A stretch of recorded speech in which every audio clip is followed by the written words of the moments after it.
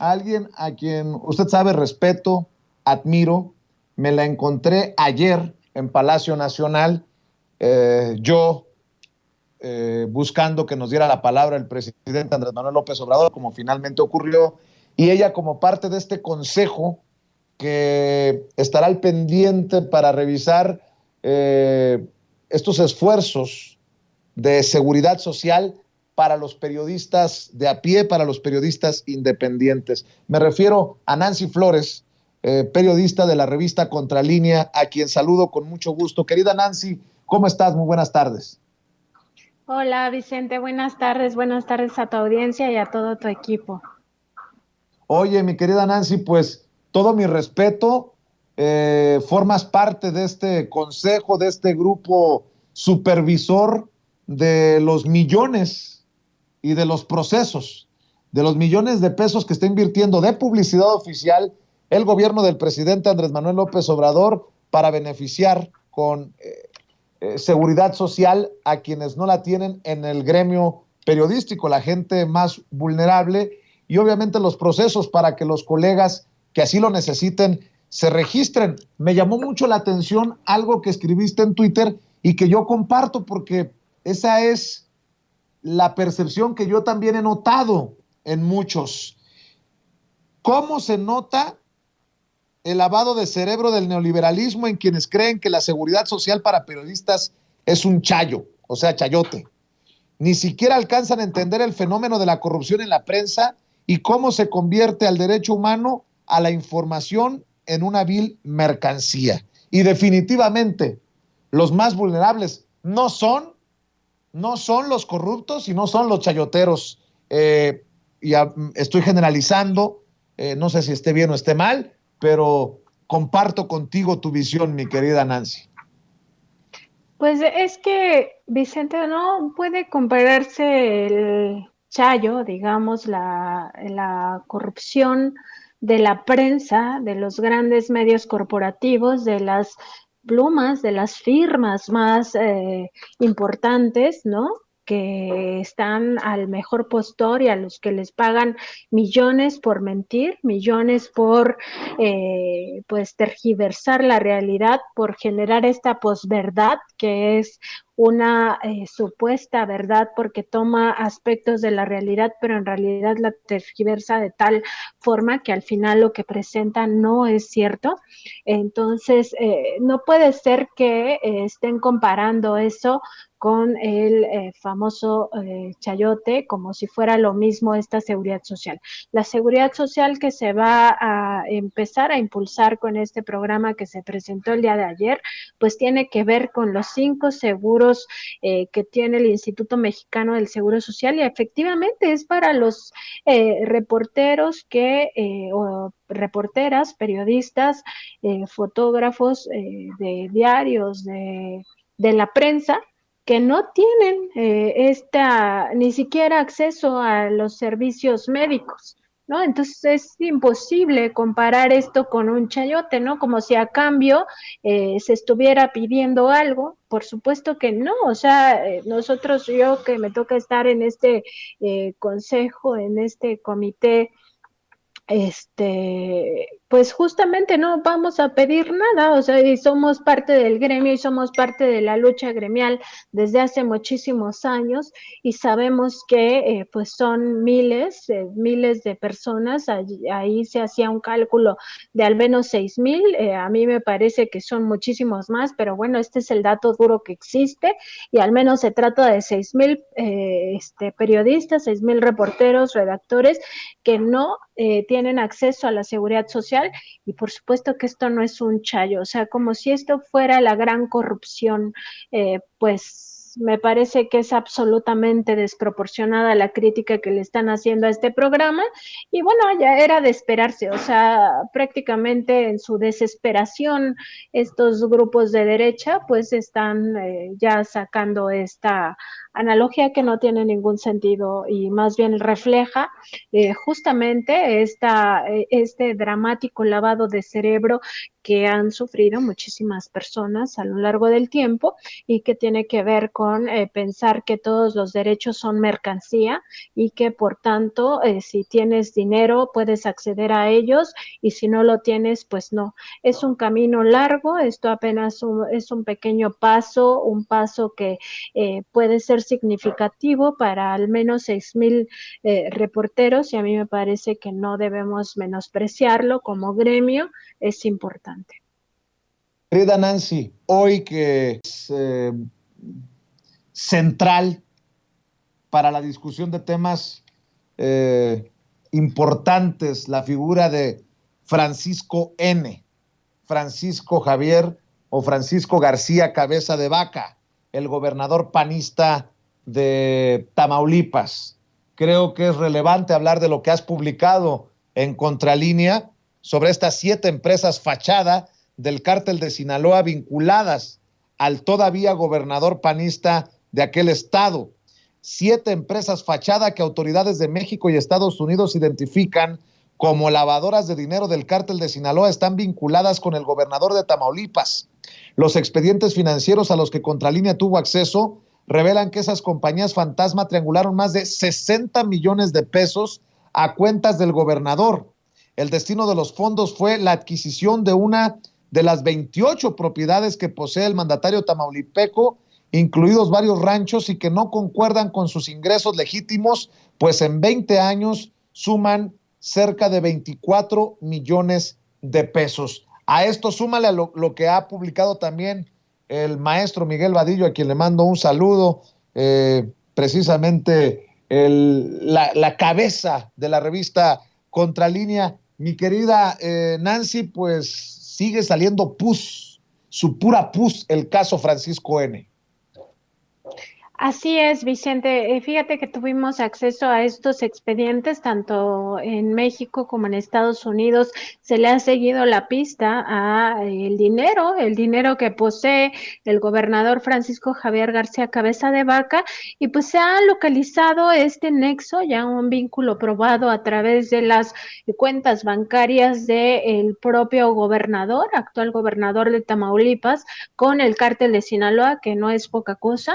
Estamos hablando de alrededor de 60 millones de pesos que este gobernador habría recibido de esta organización criminal, y esto se ha dado a través de 7 empresas fachada que el cártel utiliza para lavar su dinero y también para lavar dinero del cártel de Colombia, y todo esto está documentado en ambos expedientes, tanto en el de Estados Unidos como en el de México. Allá en Estados Unidos, recordar que es el FinCEN, esta institución similar a la Unidad de Inteligencia Financiera Mexicana, la que lleva estas investigaciones, y decir que el gobernador pues ha estado muy activo últimamente tratando de manipular a la opinión pública diciendo que esto es un tema político, que es un tema del partido Morena, que quería pues denostarlo. Bueno, pues habría que preguntarle si Morena también gobierna en Estados Unidos y si el FinCEN también está sometido a los intereses de Movimiento Regeneración Nacional, porque de otra manera no se sostienen los dichos, hay demasiadas pruebas, y en este caso a lo que nosotros tuvimos acceso, pues da cuenta cómo esta plataforma de 7 compañías dedicadas a lavar dinero del cártel de Sinaloa se utilizaron para triangular dinero entre ellas mismas y después pasar primero 14.3 millones de pesos a las cuentas de una SOFOM. De esta SOFOM se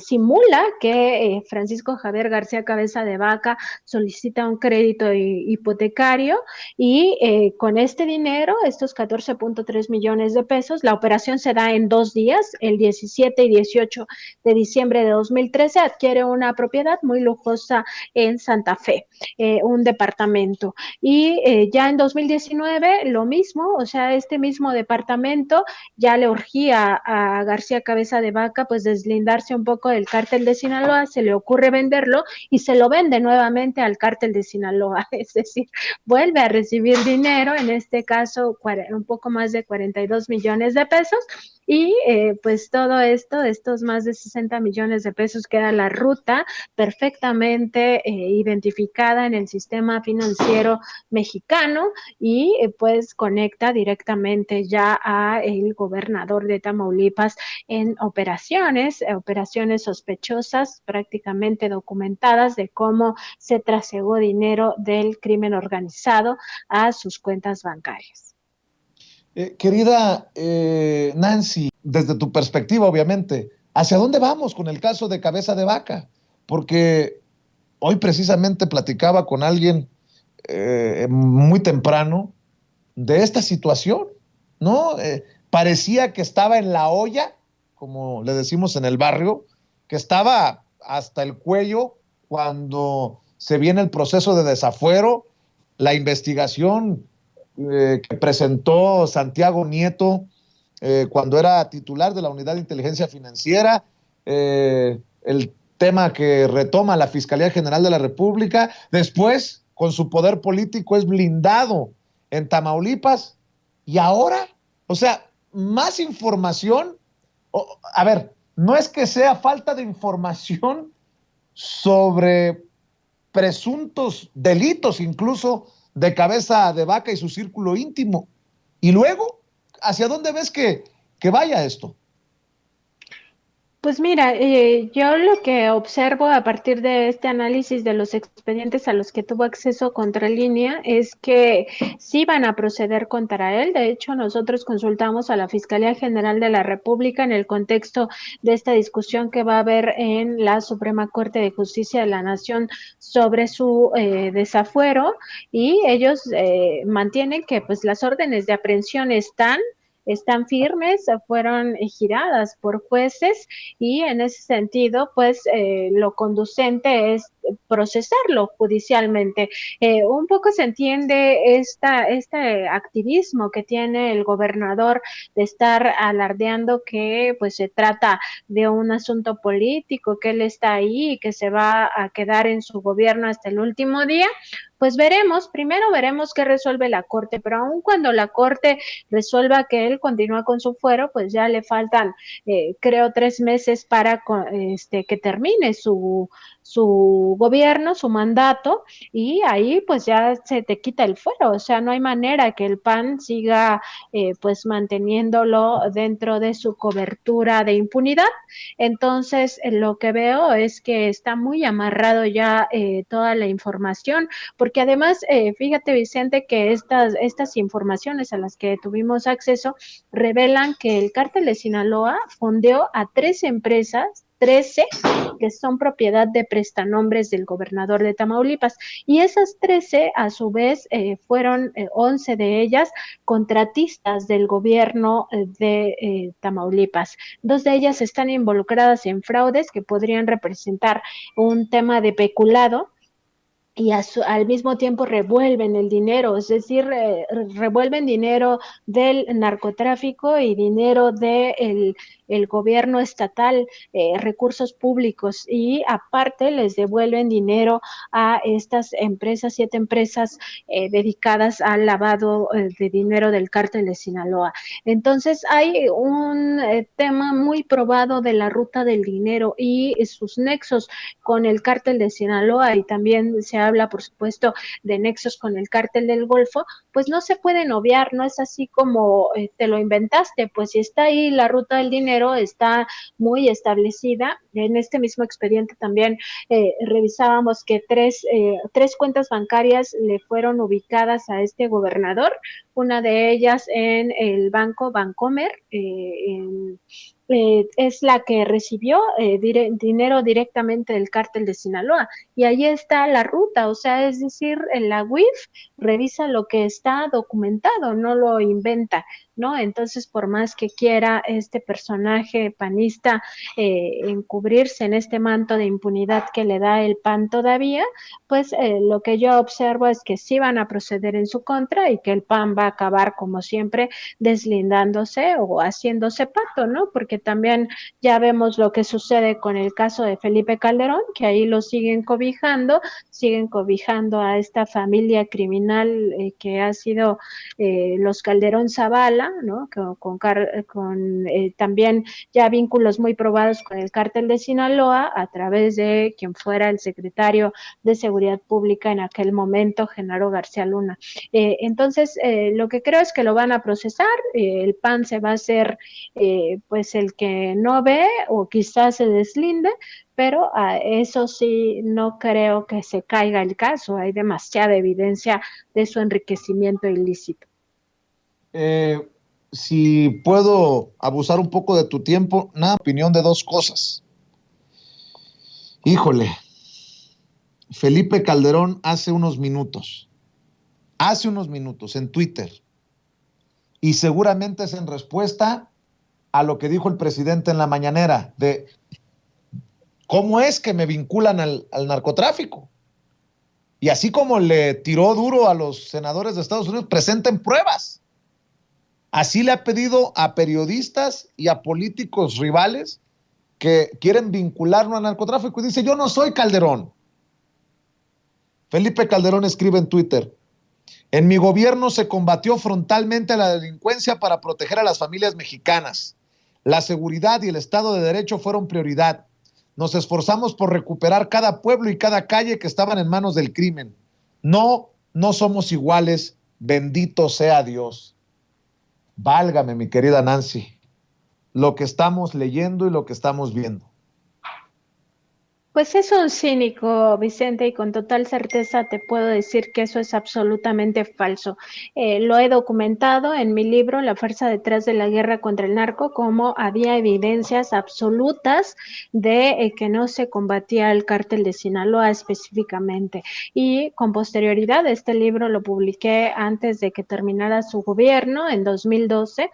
Con posterioridad supimos de estas indagatorias y después de la detención de Genaro García Luna, que le daban sentido a los datos duros que presentaba en aquellos reportajes, donde quedaba claro que según esta guerra contra el narcotráfico, pues el cártel de Sinaloa estaba presente en ese momento, fue, digamos, su florecimiento como organización criminal transnacional. En ese momento desplazó totalmente a los cárteles colombianos, igual que en su momento los Zetas, en ese momento de la supuesta guerra contra las drogas, y por supuesto el cártel del Golfo, que de alguna manera se fue minimizando porque a este cártel sí le daban golpes estratégicos para beneficiar al cártel de Sinaloa. Llegaba a 50 países, al menos se tenía noticia de que el cártel de Sinaloa estaba llegando a 50 países, que trasegaba droga a los principales mercados ilícitos del mundo, en particular a Estados Unidos y a Europa, y también se daba cuenta que, y eso es algo que todos sabíamos, el Chapo Guzmán era el hombre más buscado por Estados Unidos y en México no lo encontraban, ¿no? Entonces, eran demasiadas las evidencias y quienes sí acababan en la cárcel eran las personas que se les conoce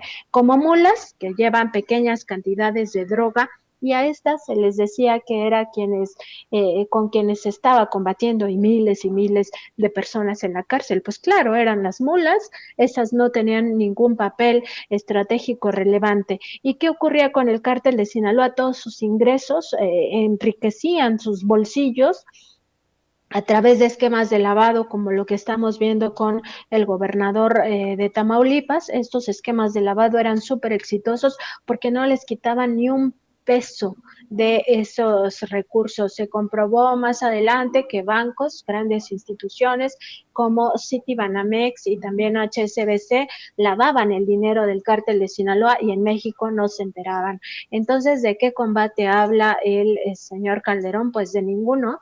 Lo que sí ocurrió en su sexenio fue una matanza, una crisis humanitaria de la cual pues no podemos salir a la fecha, y que pues lo único que representó fue una guerra contra la sociedad, una guerra que nos metió en una dinámica de terror, donde era imposible viajar por carretera a partir de las 6 de la tarde. Todos teníamos un toque de queda, pues que no era necesario que lo impusieran, y daba miedo, o sea, daba miedo circular en las carreteras de este país, incluso de día, encontrar un retén, pues no sabías de quién era, si del crimen organizado o de los militares. En cualquier caso podían matarte de uno u otro bando, porque además se desató también una serie de criminalidades por parte de las Fuerzas Armadas en aquel momento. Entonces, por supuesto y absolutamente segura te lo digo, él no combatió al crimen organizado, benefició al cártel de Sinaloa, y los datos duros están documentados en esos reportajes y en otros de muchos periodistas que en su momento fuimos siguiendo la supuesta guerra contra el narcotráfico, y nos dimos cuenta que eso no existía. De aspirar a la presidencia de México, de aspirar a ser candidato de la coalición de Claudio X González, a ser exhibido por la organización que fundó Claudio X González, el padre de la alianza putrefacta del PRIAN-RD. Y me refiero al caso de Alito Moreno. Ahora, desde Mexicanos contra la Corrupción y la Impunidad, pueden presumir de ser, obviamente con mucho sarcasmo lo digo, objetivos porque investigan a todos. Pues vaya cosa que han terminado sacrificando, poniendo en la guillotina a Alito Moreno, Alejandro Cárdenas, el exgobernador de Campeche. Dame tu opinión, ¿qué piensas de esto que para mí huele mal, muy mal? Vicente, pues yo creo que están dispuestos este grupo que quiere regresar al poder político a través de la vía económica. Están dispuestos a todo, o sea, no tienen lealtades, y eso lo han demostrado no solo con este caso, sino con muchísimos otros. Ellos no tienen lealtades, ellos lo que quieren es el poder, y lo van a buscar por todas las vías que tengan a la mano, incluidas pues estas sorpresas, ¿no? Porque no deja de causar sorpresa que entre ellos estén apuñalando, pero pues también es parte de lo mismo, o sea, la búsqueda por el poder genera este tipo de pues muertes políticas, vamos a decirlo así, porque en algún momento si a alguien no le sirve, pues lo desechan, y eso sería lo que estamos viendo en estos momentos. Querida Nancy, hay que cerrar invitando a la gente para que esté al pendiente del programa en el canal de YouTube de Contralínea. Yo les pido que también estén al pendiente de lo que se publica en Twitter, en tu cuenta personal, y obviamente, nuevamente te reitero mi admiración y mi respeto ahora con los esfuerzos que realizas para proteger a muchos de los colegas que están en situación más vulnerable. ¿Por qué no cerramos con la información? Muchas gracias, Vicente. Pues sí, recordarle a tu audiencia que estamos de lunes a viernes a partir de las 9 de la mañana en nuestro canal de YouTube Contralínea. También en Facebook Live nos encuentran como Contralínea. A mí me encuentran en Twitter como @Nancy_contra, y a la revista como Contralínea.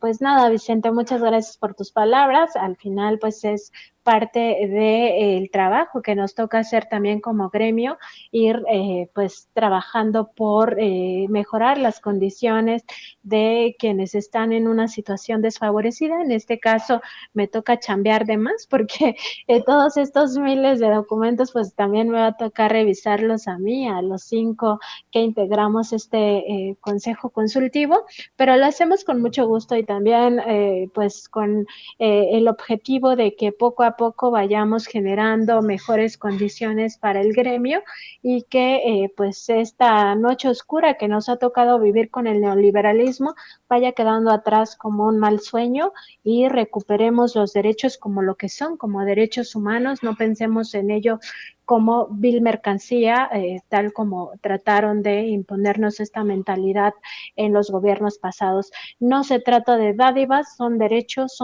humanos, y nosotros debemos pugnar no solo por el gremio periodístico, sino en general por todos los mexicanos y las mexicanas, para que cada vez tengamos acceso a esta seguridad social que tanto nos hace falta. Claro que sí, te mando un abrazo, saludos a todos ahí en la redacción, querida Nancy. Un abrazo, Vicente, muchas gracias. Hasta luego y saludos a tu equipo y a tu audiencia. Gracias, Nancy Flores, periodista corresponsal de la revista Contralínea, periodismo de investigación que usted, espero, esté apoyando ya.